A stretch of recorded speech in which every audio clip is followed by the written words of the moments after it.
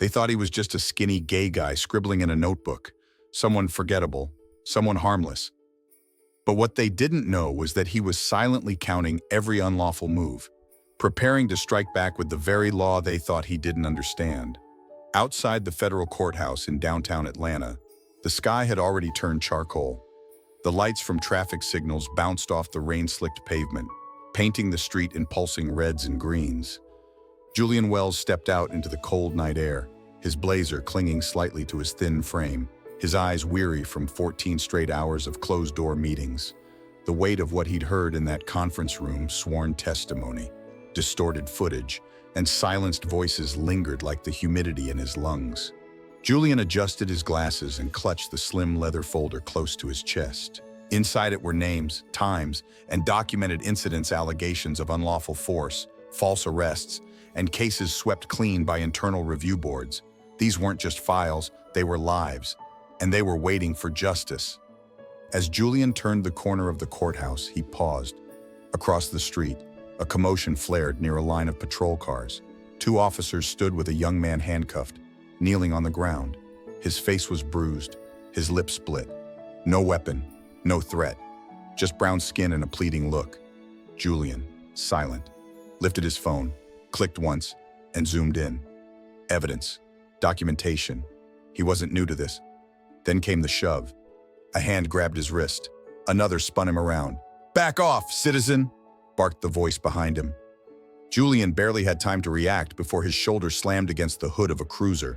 The folder slipped from his grasp, papers scattering like wounded birds across the wet concrete. Captain Derek Sullivan didn't ask questions. He never did. With 2 decades on the force, he saw the world in black and white, and Julian, with his soft voice and quiet presence, didn't belong in Sullivan's version of law and order. "You interfering with police business, sweetheart," the captain sneered, pressing a heavy knee into Julian's back. "Or just looking for attention?" Julian didn't scream. He didn't argue.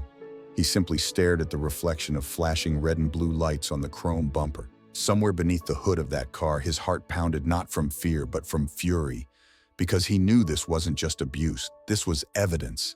And this time the law would not blink. Across the lot, one of the junior officers hesitated. A body cam, not yet activated, stayed off by order of command. But in his hand, his fingers hovered over the switch. A decision hung in the air.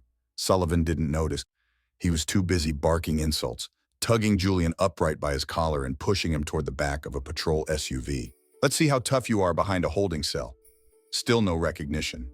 Still no idea who Julian was. He didn't know he was detaining a man appointed by the U.S. Department of Justice, a senior federal advisor with jurisdiction over police conduct violations nationwide.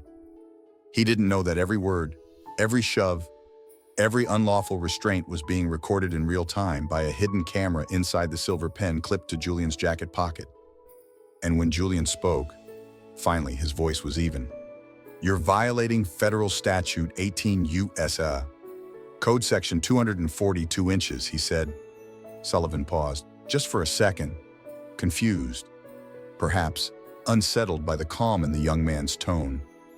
"You're Captain Derek Sullivan, badge number 4172. Your supervisor is Lieutenant Grace Powell, and this is your 3rd use of force report this quarter. I suggest you let go." But Sullivan didn't let go, because men like him never did until it was too late. As the back door of the patrol SUV slammed shut, the officer who hesitated glanced once more at Julian, then quietly tapped his body cam on. That night, Sullivan thought he had silenced another bystander. He had no clue that the one he tried to silence was the one writing the law that could silence him forever. Don't miss what happens next. You won't believe who Julian Wells really is and the blow he's about to deliver. This isn't just a story. It's a reminder that justice doesn't always shout. Sometimes it waits, and when it speaks, it does so with laws carved from pain and precision. Follow Heart's story for the rest of this journey where the unheard finally speak and the forgotten finally win.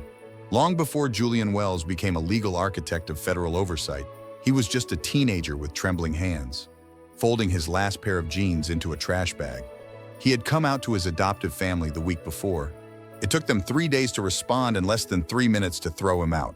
His foster father, a decorated Air Force veteran, said only one sentence before slamming the front door. "This house doesn't raise weakness."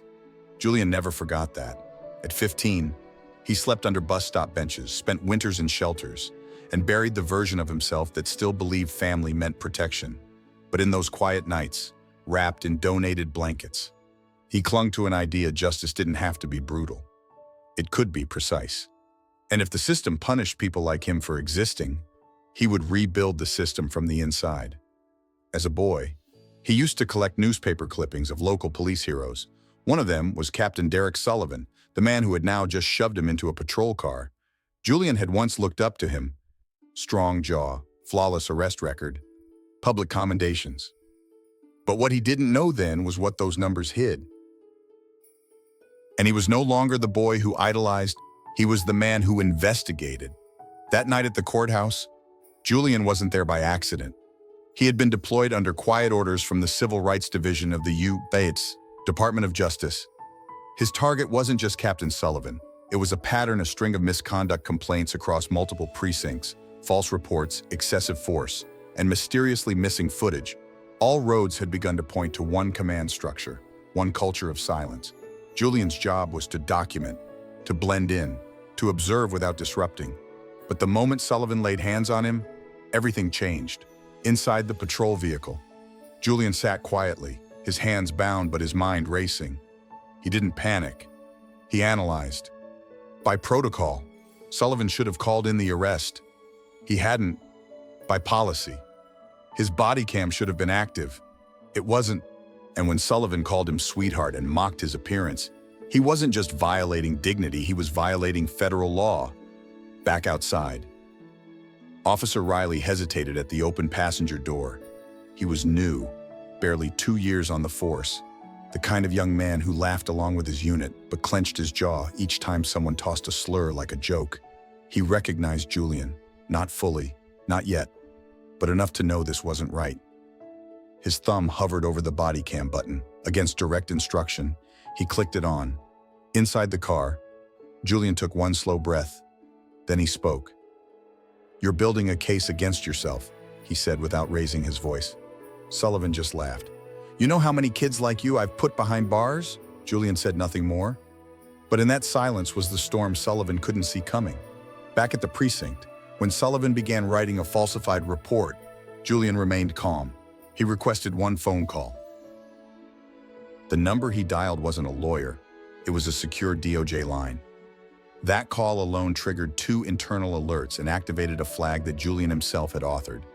A clause buried inside a federal pilot program to monitor repeat use of force officers. It was called Section 1822, and it was designed specifically for moments like this. And he had written it. Riley, meanwhile, pulled aside another officer in the locker room.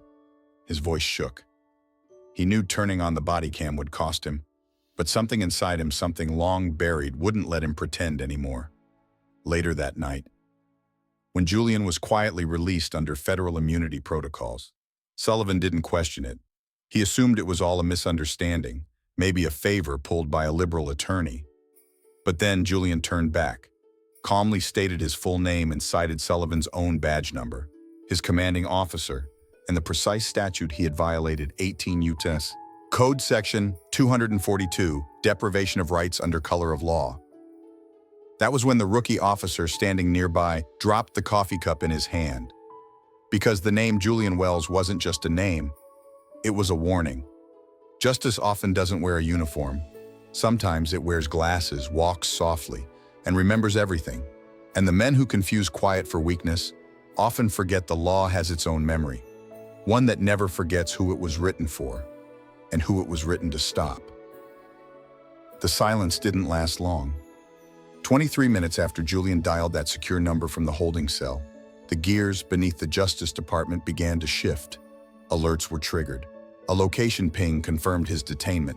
And then, behind thick glass and reinforced doors, a team known only to a handful of insiders prepared for what they called a Type 0 breach when one of their own, operating undercover, was compromised on the job. Julian had anticipated this possibility. That's why he wore the pin-shaped tracker under his collarbone. and why the pen in his jacket wasn't just recording audio, but high-definition video, time-stamped and metadata embedded. Every insult, every unlawful order, every push and shove from Captain Sullivan was already on secure DOJ servers before the precinct even realized what they'd done. When two black SUVs pulled into the parking lot, no sirens were used, no shouting, just silent doors opening. 3 plainclothes agents walked into the precinct and asked for Julian Wells. Not demanded, asked. Their presence, calm and cold, unsettled the entire evening shift. Sullivan, sitting in the back with his feet on the desk, scoffed when he heard the name again. Who the hell is Julian Wells? No one answered him. Julian stood calmly as he was unshackled and handed his folder back. Nothing was said. It didn't have to be. The camera pen had captured enough. The officers at the desk now recognized the man they had detained, not just as a DOJ official, but as the co-chair of the National Oversight Program on Police Misconduct, the same initiative responsible for prosecuting 6 officers in Texas the previous year. His name had circulated through precincts like a ghost story. But now, he was flesh and blood, and he had seen everything. The moment Julian exited the building, agents from the FBI moved in. They weren't just escorting him. They had a warrant pre-approved and sealed until activation. Julian had written it himself, months ago, contingent upon real-time video confirmation of procedural violations. That moment had arrived. While Sullivan returned to his office, half aware that something felt off, teams began searching computers, opening desk drawers, and copying internal files. One file contained mismatched timestamps between body cam uploads and arrest reports. Another folder had PDFs of civilian complaints marked resolved without signatures. But the most damning evidence was in the financial logs, a pattern of unexplained payments moving between precinct accounts and a nonprofit run by a local city councilman. And among the signatures attached to expense approvals, Captain Derek Sullivan. Meanwhile, Julian sat quietly in a gray-walled interview room, not as a suspect, not as a witness, as an architect. His presence wasn't emotional, it was surgical. Everything he had waited for, the hours, the training, the pain of being ignored, underestimated, dismissed, had brought him here. One senior agent asked if he'd like to dictate a formal statement. Julian declined. He opened his folder, handed over the transcripted footage, and said only this: "This isn't retaliation. This is sunlight." And in the silence that followed, you could feel the walls breathe. A few precincts away, Riley sat on a bench outside his unit's locker room. Word was already spreading. Whispers about the body cam he had turned on, the recording he wasn't supposed to make. He thought about deleting it, but something in him resisted the memory of Julian's calm voice, of someone who didn't flinch when mocked, who didn't break when shoved. That recording, he realized, was no longer just evidence. It was proof that silence wasn't the only option. When systems rot from within, they don't collapse all at once. They peel, they unravel. They get exposed layer by layer, and it only takes one honest man with the right tools to start pulling threads. Justice, at its best, doesn't arrive in sirens or headlines. It arrives in facts, in footage, in follow-through, and the most powerful people in the room are often the ones no one thought to fear. By sunrise, headlines had not yet broken, but the gears of accountability had already begun to grind.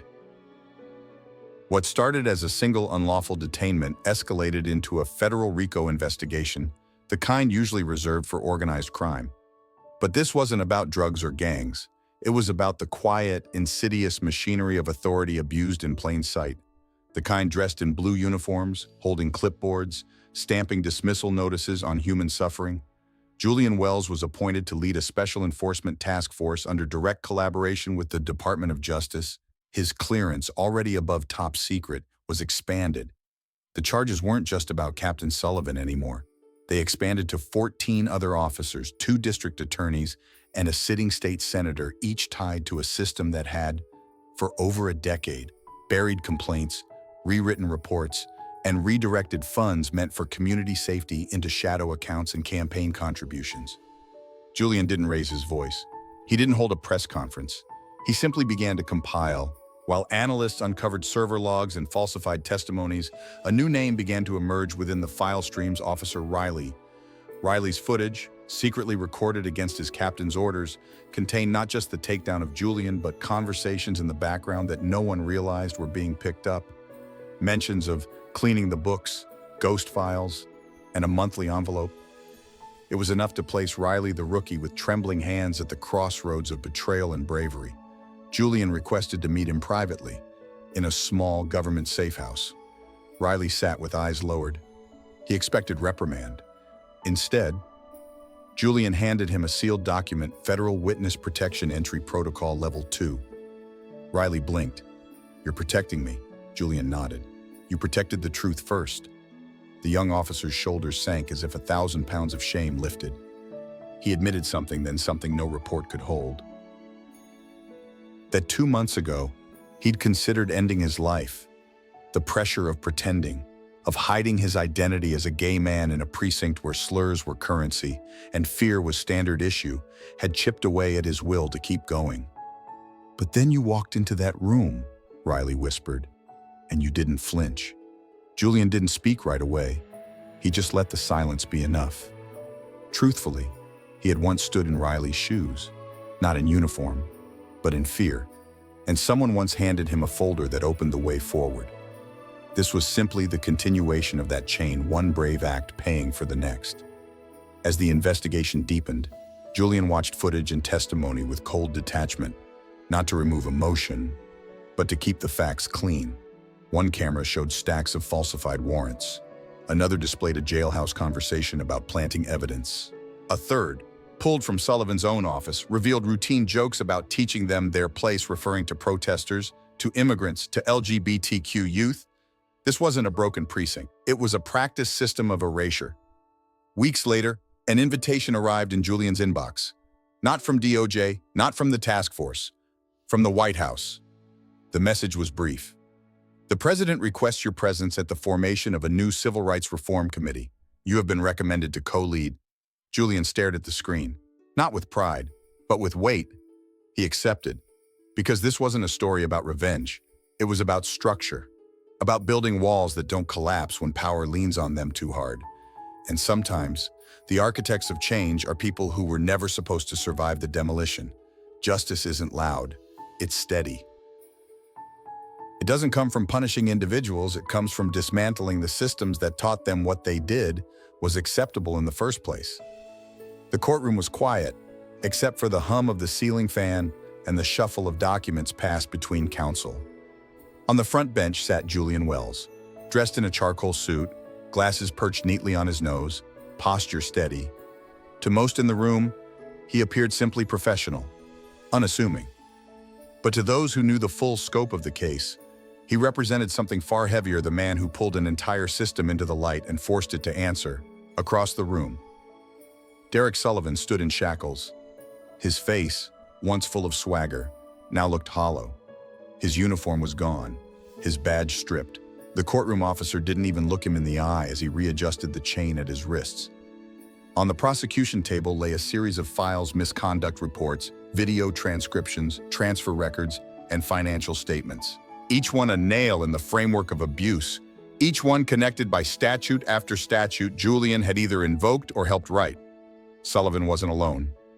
Alongside him were 14 other officers, 2 former district attorneys, and 1 disgraced state senator, each facing charges under federal codes 18 U.S.C. 242, 241, and 245, the trifecta of civil rights violations: deprivation, conspiracy, and obstruction through force. The sentencing was swift. Years of silence had boiled into weeks of proceedings, and now the final verdict was read aloud. 17 convictions, prison terms ranging between 7 and 18 years, public assets seized, law enforcement certifications permanently revoked, and with each name spoken, there was no applause, just the quiet shift of something finally clicking into place. Julian did not smile. He didn't look satisfied. He simply watched. Justice was never meant to be triumphant. It was meant to be just. The civil suit came next. Filed on behalf of dozens of community members wrongfully arrested, harassed, or injured over the course of the conspiracy, the case ended with a massive settlement. The city was ordered to pay over $40 million in restitution. A sum not even the mayor could argue against, not when the footage played across national broadcasts for days.